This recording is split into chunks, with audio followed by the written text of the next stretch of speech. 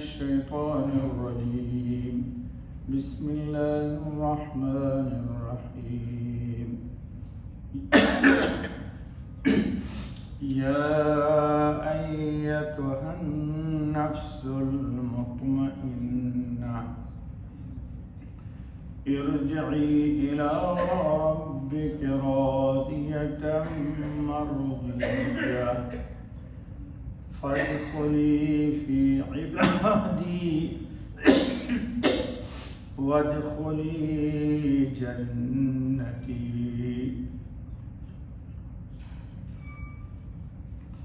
صدق اللہ العظیم۔ دوستو، یہ سورہ الفجر کی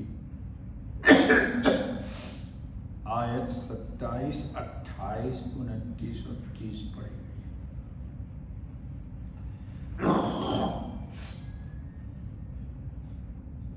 پیچھے سے قیامت کے منظر کے ہیبت ناک احوال کا اللہ نے تذکرہ کیا تھا، اور پھر اس دن انسان کی بے بسی یا بے کسی کیا ہوگی، پھر اللہ کا عذاب اور اللہ کی پکڑ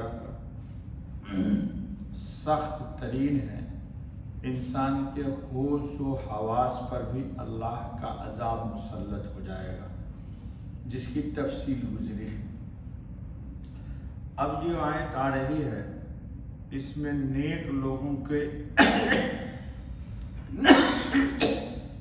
لوگوں کا اعزاز، اکرام، ان کی حوصلہ افزائی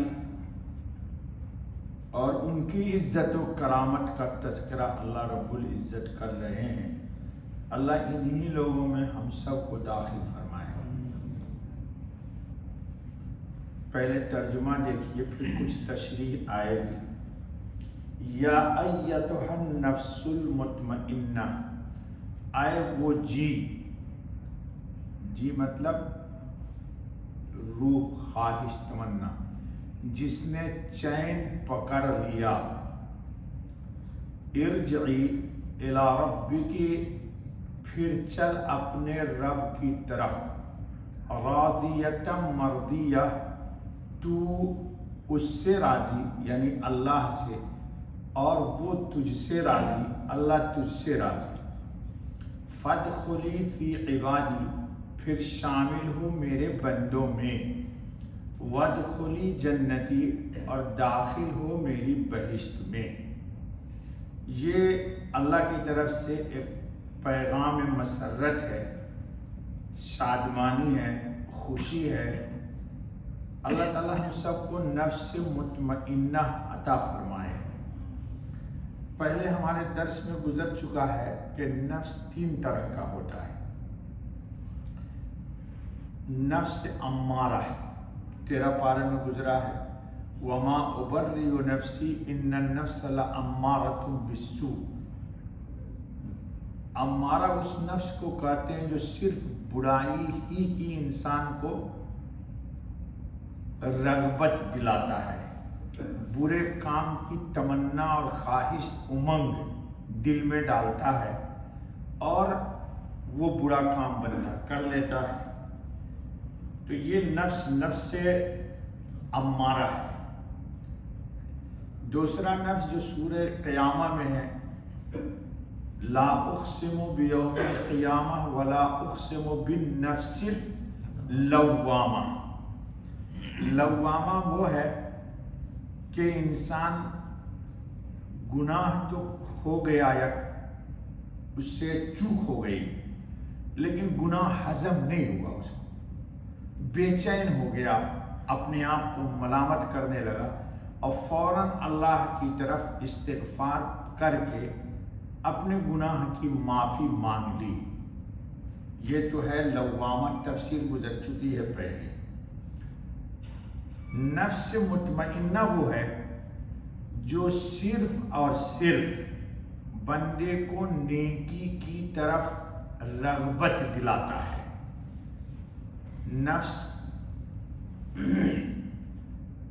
اس مقام پر نفس کی سرکشی ختم ہو جاتی، گناہ میں بندے کو مزہ نہیں آتا، بلکہ اللہ کے ذکر اور عبادت و اطاعت سے جب سکون ہونے لگے تو سمجھ جائیے کہ اللہ تعالیٰ نے نفس مطمئنہ عطا کر دیا ہے۔ ایسا نہیں کہ دوستوں کے ساتھ بیٹھے ہوئے ہیں، جام و ثبوت چل رہا ہے، ایک دن پی لے نا یار، کیا ہوتا ہے یار، ایک دن پی لے، توبہ کر لے گا نا سکون میں، لے تو مار لیا ایک گلاس، بوتل توڑ دی، جی یہ نہیں۔ آپ پر برے لوگوں کو غالب نہیں آنا چاہیے۔ آپ کا ایمان اتنا ہمارا مضبوط کیوں نہیں ہے کہ آپ کے سامنے وہ جرأت ہی نہیں کرے حرام چیز کو پیش کرنے کی؟ جی بھئی آپ کہتے ہیں ہمارا دوست ہے، تو برا دوست آپ کی بھلائی پر، نیکی پر غالب کیوں آ گیا؟ اس کا مطلب آپ بھی برے ہیں۔ اگر آپ نیک ہیں تو آپ برے پر غالب آ جائیے، یہ ہے کمال۔ یہ نہیں کہ جیسا دیس ویسا بھیس۔ ہمارے یہاں لوگ کہتے ہیں جیسا دیس ویسا بھیس، نہیں یہ غلط بات ہے، یہ نفاق ہے۔ جی جیسا دیس ویسا بھیس نہیں ہونا چاہیے۔ تو نفس مطمئنہ وہ ہے کہ جس کو اللہ کے ذکر سے سکون ملتا ہے اور گناہ سے دوری اختیار کرتا ہے۔ کسی نے دعوت گناہ دیا تو کہا بھائی سوری بھائی میں تمہارے ساتھ نہیں جا سکتا، کیا پتا میں جاؤں وہیں میری موت آ گئی، تو میں نہیں جاتا ہے۔ اور حدیث میں بھی حضور صلی اللہ علیہ وسلم نے فرمایا کہ جو اللہ و رسول پر ایمان لاتا ہے وہ ایسے دسترخوان میں شرکت نہ کرے پارٹی میں جہاں پینے پلانے کا دور ہوگا۔ جی میں نے حدیث کا ترجمہ کر دیا عربی عبارت کا، تو بڑی اس کی تفصیل ہے، 2-3 دن میں چلے گا، ذرا سنیے۔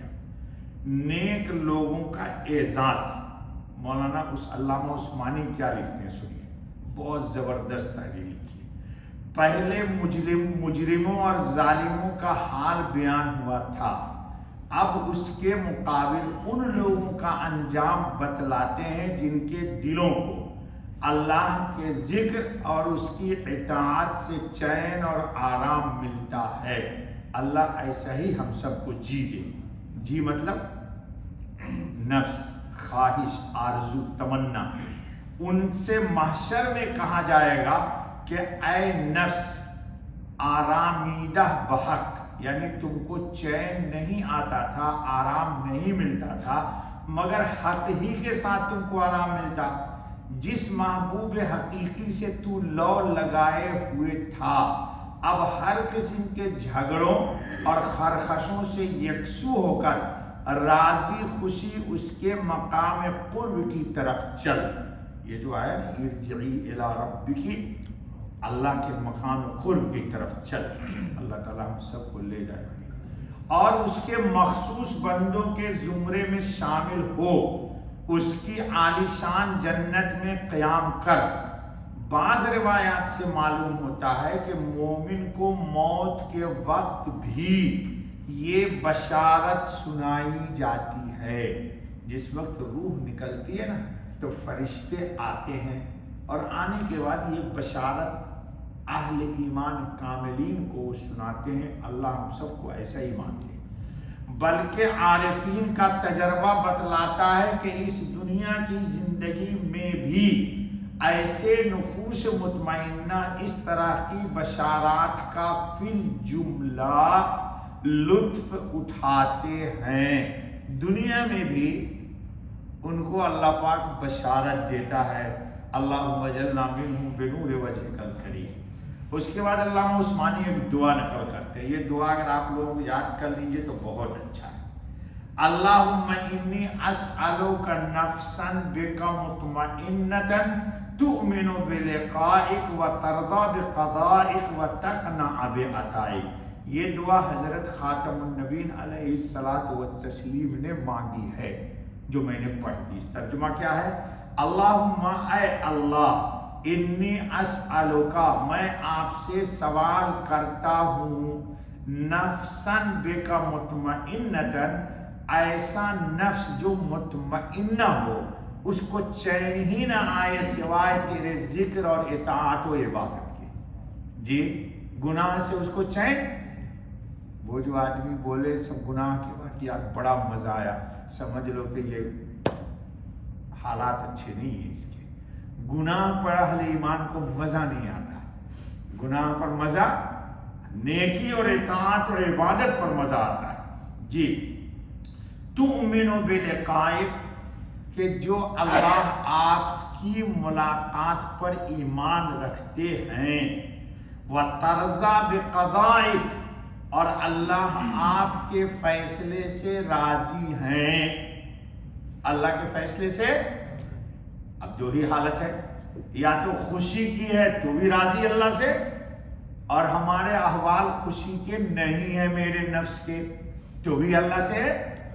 ایسا نہیں ہونا چاہیے کہ میٹھا میٹھا ہپ ہپ، کڑوا کڑوا تھو تھو، یہ نہیں ہونا چاہیے.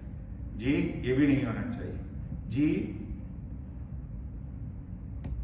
وہ کیا ہے پنجابی کا شعر اس وقت یاد نہیں آ رہا، بہت اچھا شعر ہے. وہ بھی سجن واہ واہ، یہ بھی ہاں. مہر سجن دم بدم، قہر سجن گاہ گاہ، ای بھی سجن واہ واہ، وہ بھی سجن واہ واہ. یہ پنجابی کی گل ہے. مہر مطلب مہربانی، مہر سجن دم بدم. اللہ کی عنایت تو ہر لمحہ ہے. آنکھ گناہ کر رہی ہے پھر بھی دیکھ رہی ہے، ورنہ اللہ چھین لے. زبان سے گالی بول رہے، تہمت لگا رہے، کسی کی عزت داغدار کر رہے، پھر بھی زبان ٹناٹن بول رہی ہے. یہ کسی اللہ والے کا شعر ہے، کسی پنجابی اللہ والے کا شعر ہے. مہر سجن دم بدم، اور قہر سجن، قہر مطلب پکڑنا، گاہ گاہ کبھی اللہ پکڑتا ہے. تو یہ اللہ والے کہتے ہیں ای بھی سجن واہ واہ، او بھی سجن واہ واہ. ہم دونوں پہ تیری قدرت کو مان لیتے ہیں کہ اس میں بھی تیرا شکر اور اس میں بھی تیری طرف رجوع اور عنابت ہے.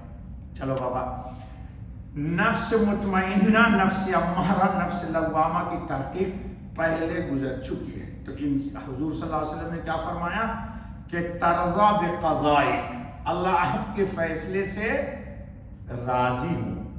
وتقنع بعطائک، اور آپ نے جو کچھ بھی عطا کیا میں اس پر قناعت کرتا ہوں. اس پر کیا کرتا ہوں؟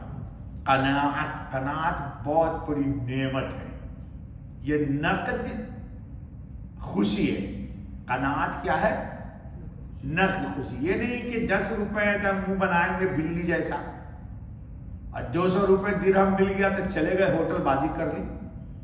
جی نہیں، دونوں حال میں چہرے سے پتہ نہیں چلنا چاہیے.